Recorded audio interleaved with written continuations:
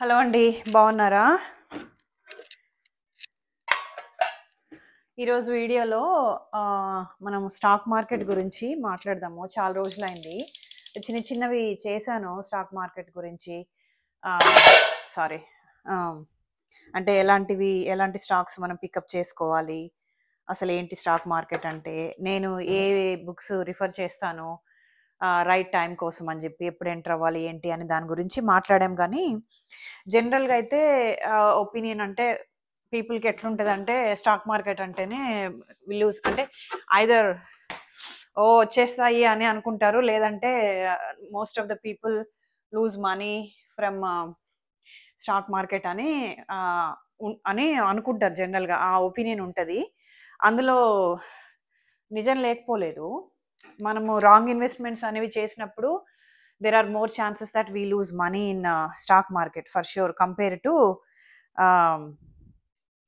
Compare to real estate అనమాట బేసిక్గా. So ఆ ఒపీనియన్ అయితే కరెక్ట్ కాదని నేను కొట్టి పారేయడానికి లేదనమాట. బట్ ఆల్టర్నేటివ్స్ ఉన్నాయన్నమాట. ఇప్పుడు స్టాక్ మార్కెట్ అనగానే మనం ఖచ్చితంగా అంటే స్టాక్స్ లైక్ ఇప్పుడు ఫర్ ఎగ్జాంపుల్ స్టార్ బక్స్ ఉంది కదా, I always use that as an example. ఇప్పుడు స్టాక్ అంటే స్టార్ బక్స్ కొన్నాం అనుకోండి, బేసిక్గా ఏమవుతుంది, మనము డైరెక్ట్గా ఆ స్టాక్ మీద ఇన్వెస్ట్ చేస్తున్నాము. అప్పుడు ఏమవుతుంది, ఇన్ కేసు అంటే I don't mean Starbucks to go bankrupts, కానీ in case out of business అయిపోయింది అనుకోండి, క్లోజ్ చేసేసింది అనుకోండి స్టార్ బక్స్, అప్పుడు ఏమవుతుంది, మనం పెట్టిన డబ్బులంతా మనకు పోతాయన్నమాట. ఎవరు మనకి ఎంతో కొంత అని మనకి వెనక్కి ఇచ్చే వాళ్ళు ఎవరు ఉండరు బేసిక్గా. సో దానివల్ల ఏమవుతుంది, we lose 100% of the money. So ఆ రిస్క్ ఏంది మెయిన్గా స్టాక్ మార్కెట్లో అంటే, we may lose 100% of the money if we pick a wrong stock అనమాట.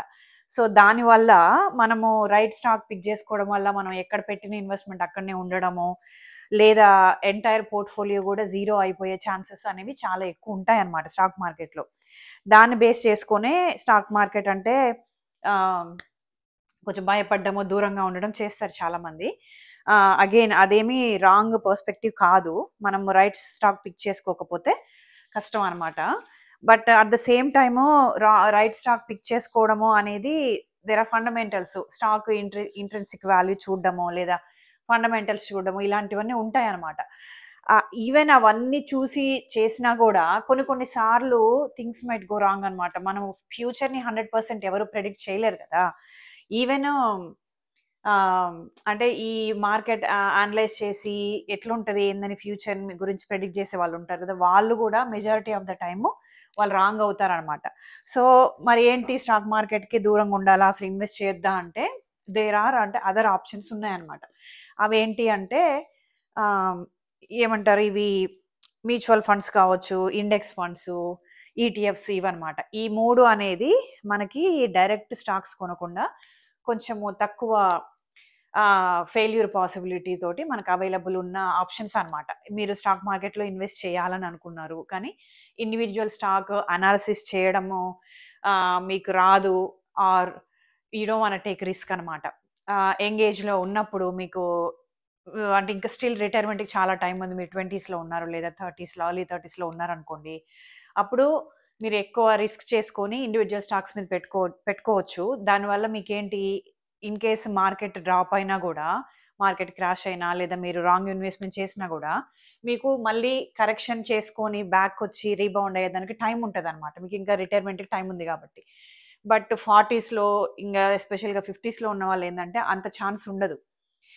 రిటైర్మెంట్ మీ దగ్గరలో ఉంటారు కాబట్టి ఒకసారి పూర్తిగా మార్కెట్ క్రాష్ అయిందంటే అది రీబౌండ్ అయ్యేసరికి టైం పడుతుంది. ఆ లోపల మీకు మీరు ఇంకా ఫోర్స్ సేల్ చేయాల్సి వస్తుంది అనమాట లాస్ట్లో, ఎందుకంటే you need money for the retirement కాబట్టి. సో అలాంటప్పుడు అంటే ఈవెన్ ఎంగేజ్లో ఉన్న వాళ్ళు అయినా సరే ఈ ఇండెక్స్ ఫండ్స్ లేదా మ్యూచువల్ ఫండ్స్ కానీ ఈటీఎఫ్స్లో కానీ ఇన్వెస్ట్ చేసుకోవడం సేఫ్ సైడ్ అనమాట. But they can still take the risk by investing in the individual stocks. కానీ ఈ మ్యూచువల్ ఫండ్స్ అనేవి, ఇండెక్స్ ఫండ్స్ ఎట్లా పనిచేస్తాయంటే, సపోజ్ మనం ఒక $1000 పెట్టి స్టార్ బక్స్ కొన్నాం అనుకోండి, ఎన్నొస్తాయి, $80 ఉందనుకోండి, లేదా $100 ఉందనుకోండి. స్టార్ బక్స్ ఇప్పుడు 100లో ఉంది కదా, $1000 పెడితే 10 స్టార్ బక్స్ వస్తాయి. అదే మనము ఏదన్నా ఒక ఇండెక్స్ ఫండ్ అనుకోండి, ఫర్ ఎగ్జాంపుల్ S&P 500 ఉంది. దాంట్లో ఏమైతది, వాడు బై ఇండస్ట్రీ ఒక 1000 స్టాక్స్‌ని S&P 500లో పెడతాడనమాట. 1000 అంటే for example number. So, 1000 different stocks కొంటాడనమాట వాడు. కొన్నప్పుడు ఏమైతది, ఇప్పుడు స్టార్ బక్స్ క్రాష్ అయిందనుకోండి, దీని ఇంపాక్ట్ అనేది ఏముంటది, 0.01% మాత్రమే ఉంటది. బికాజ్ 1000 లైక్ 999 అదర్ స్టాక్స్ ఉన్నాయి కాబట్టి. సో, దిస్ వే మనం ఏందంటే రిస్క్ అనేది చాలా తక్కువుంటది. But at the same time వాటిల్లో ఉండే కాంప్లికేషన్స్ కూడా ఉంటాయన్నమాట. ఏందంటే మనము వాటికి ఫీజ్ కట్టాలన్నమాట. సో, బేసిక్‌గా mutual funds, index funds, ETFs అంటారు కదా! ఇవి 3 కూడా సిమిలర్‌గా పనిచేస్తాయి. కాకపోతే the fundamental difference between mutual funds ఇంకా ఇండెక్స్ అండ్ ఈటీఎఫ్స్ ఏందంటే, మ్యూచువల్ ఫండ్స్ అనేవి ఫండ్ మేనేజర్ ఉంటాడనమాట. యాక్టివ్‌గా దాని మీద అడ్జస్ట్ చేస్తూ ఉంటాడనమాట ఈ హోల్డింగ్స్ అనేవి. కాబట్టి ఫీజ్ అనేది ఎక్కువ ఉంటదనమాట. 1-2% ఫీజ్ ఉంటది. సపోజ్ మీరు 100,000 ఇన్వెస్ట్ చేశారనుకోండి. ఆ పర్టిక్యులర్ ఇయర్‌లో 1-2,000 అంటే $1,000-2,000 మీరు ఫీజ్ కింద కట్టాలనమాట. సో, స్మాల్ అమౌంట్ ఇన్వెస్ట్ చేసినప్పుడు పెద్దగా డిఫరెన్స్ అనిపించదు గానీ, మీరు హండ్రెడ్స్ ఆఫ్ థౌసండ్స్ చేస్తే గనక ఎవ్రీ ఇయర్ మీరు కట్టే అమౌంట్ ఫీజ్ అంటే ఫండ్ మేనేజ్మెంట్ ఫీజ్ అనేది ఇట్ కుడ్ బి సబ్స్టాన్షియల్ అనమాట. సో, ఇట్ మ్యాటర్స్ అవుతది. సో, అదే ఫీజు తక్కువగా ఉండి సిమిలర్‌గా వర్క్ అయ్యే ఫండ్స్ ఏంటంటే ఇండెక్స్ ఫండ్స్ లేదా ఈటీఎఫ్స్ అనమాట. సో, ఇండెక్స్, ఈటీఎఫ్స్ ఇవి కొంచెం లిటిల్ అంటే టైనీ డిఫరెన్సెస్ ఉంటాయి కానీ ఇవి 2 సిమిలర్‌గా పనిచేస్తాయన్నమాట. సో, ఫీజొచ్చి యాస్ లో యాస్ 0.04% ఆఫర్ చేసే ఫండ్స్ కూడా ఉన్నాయన్నమాట. బోత్ ఇండెక్స్ ఫండ్స్, ఈటీఎఫ్స్‌లో. సో, వీటిలో చేస్తే ఏందంటే మెయిన్ ఇండెక్స్ ఫండ్స్ ఏంటంటే S&P 500 అండ్ డౌ జోన్స్ అన్నమాట. ఈ S&P 500 అయితే 2000లో అంటే ఇయర్ 2020లో అప్పుడు మార్కెట్ క్రాష్ అయినప్పుడు 2000లోకెళ్ళిందండి. ఒక్క స్టాక్ వచ్చి $2,000కెళ్ళింది. ఇప్పుడు ఆల్‌మోస్ట్ $6,000లో ఉందన్నమాట. అదే అప్పుడు కొన్న 2020లో కొనుంటే గనక ఎంత 250-300 టైమ్స్ అని పెరిగిపోయేదన్నమాట. అన్ని టైమ్స్ పెరిగేది. సో, ఒక 100K యేసుంటే గనక ఇప్పుడు మోర్ థాన్ 300K అయ్యుండేదన్నమాట. సో, అట్లుంటాయన్నమాట. బట్ ఏమైద్ది ఆ S&P 500 గాని, డౌ జోన్స్ ఇట్లా వాటిల్లో వాడు ఒక 1000 స్టాక్స్ మీద ఇన్వెస్ట్ చేస్తాడన్నమాట. డిఫరెంట్ ఇండస్ట్రీస్‌లో లైక్ ఈవీ గావచ్చు, హెల్త్ కేర్ గావచ్చు, హోల్‌సేల్ మార్కెట్ గావచ్చు, లేదా ఇట్లా డిఫరెంట్ అన్నమాట. మైనింగ్, ఈ గ్యాస్ రిలేటెడ్‌వి, ఆయిల్ అండ్ గ్యాస్ ఇట్లాంటి డిఫరెంట్ ఇండస్ట్రీలో చేస్తాడన్నమాట. సో, ఆ ఇండస్ట్రీ లెవెల్‌లో కరెక్షన్ జరిగినా గూడా, క్రాష్ జరిగినా గూడా ఫుల్‌గా S&P 500 అనేది ఇంపాక్ట్ అవ్వకుండా మైల్డ్‌గా ఉంటదన్నమాట. ఎంత అంటే ఎన్ని తక్కువ స్టాక్సు డ్రాప్ అయితే అంత తక్కువ ఇంపాక్ట్ అనేది S&P 500లో ఉంటది గాబట్టి, మనమేంది అట్ ద సేమ్ టైమ్ మనం కొంచెం ఫీజ్ అనేది కడతాం వాళ్ళ ఫండ్ మేనేజ్ చేసినందుకు. బట్ మనం పెట్టిన $1,000 తోటి ఆ S&P 500లో ఉన్న 1000 స్టాక్స్ ఉంటాయి గదా! సో, ఆ 1000 స్టాక్స్‌లో ఒక్కొక్క డాలరు ఒక్కొక్క స్టాక్ మీద పెట్టుకుంటూ పోతామనమాట. కాబట్టి ఒక డాలర్ పోయినా గూడా స్టిల్ మనకి ఇంకా మిగిలిన $999 ఉంటది కాబట్టి, సో, రిస్క్ అనేది చాలా తక్కువుంటది. But at the same time main thing మీరేం జూడాలంటే ఫీజ్ జూడాలన్నమాట. ఫండ్ ఫీజ్ ఉంటది గదా! ఎంత ఎంత వాళ్ళు చార్జ్ జేస్తున్నారు, ఎంత పర్సెంట్ ఆఫ్ ద మనీని వాళ్ళు ఫీజ్ కింద చార్జ్ జేస్తున్నారనేది ఇంపార్టెంట్ పాయింట్ కన్సిడర్ అన్నమాట. ఇంకా ఇండెక్స్ ఫండ్స్, ఈటీఎఫ్స్ ఆ రెండిటి గురించి కంపేర్ చేసినప్పుడు నేను అంటే ఈటీఎఫ్స్ ప్రిఫర్ చేయండి. 2 సిమిలర్‌గానే పనిచేస్తాయి ఇండెక్స్, ఈటీఎఫ్స్. కాకపోతే ఒక డిఫరెన్స్ ఏందంటే అంటే ఉండొచ్చు ఫ్యూ డిఫరెన్సెస్ కానీ మెయిన్ డిఫరెన్స్ వచ్చి ఏంటంటే ఇండెక్స్ ఫండ్స్‌కి ఒక అంటే ఒక లిమిట్ ఒక కట్ ఆఫ్ ఉంటదన్నమాట. ఈ 3000 మినిమమ్, 4000 మినిమమ్ డాలర్స్ మీరు ఇన్వెస్ట్ చేయాలనేది ఉంటది. బట్ ఈటీఎఫ్స్‌కి అట్లా ఉండదన్నమాట. అండ్ ఈ ఇండెక్స్ ఫండ్స్ వచ్చి ఒకసారే వాళ్ళు ట్రేడింగ్ చేస్తారనమాట. పర్ డేకి ఒకసారి ఓన్లీ 1 ట్రాన్సాక్షన్ మాత్రమే అలౌడ్ ఉంటది. సో, ఈటీఎఫ్స్‌కి ఇది అపోజిట్ అనమాట. సో, కాబట్టి లిమిట్ లేదు కాబట్టి మీరు ఒక $500 లేదా $1000 ఇన్వెస్ట్ చేయాలని అనుకున్నారనుకోండి.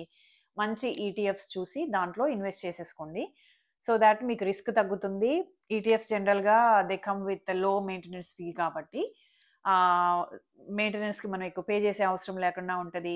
వాటిని డివిడెండ్స్ పే చేస్తాయి కాబట్టి చాలా మటుకు ఆ డివిడెండ్స్ అనేవి మనకు క్యాలిక్యులేట్ అవుతాయి. సో, క్యాలిక్యులేటర్స్ ఉంటాయన్నమాట. డివిడెండ్ క్యాలిక్యులేటర్స్ కానీ లేదా కాంపౌండ్ క్యాలిక్యులేటర్స్ కానీ దాంట్లోకెళ్ళినప్పుడు ఇనిషియల్ ఇన్వెస్ట్‌మెంట్ ఎంత, ఎవ్రీ ఇయర్ ఎంత అడిషనల్‌గా యాడ్ చేయాలని అనుకున్నాము, ఎంత పర్సెంట్ డివిడెండ్ ఆ పర్టిక్యులర్ లైక్ ఈటీఎఫ్ ఇస్తుంది. సో, ఈ 10 ఇయర్స్‌కి లేదా నెక్స్ట్ 5 ఇయర్స్‌కి ఎంత మనకి రిటర్న్ అనేది వస్తుందనేది క్యాలిక్యులేట్ చేసిస్తుందన్నమాట క్యాలిక్యులేటర్ మనకి.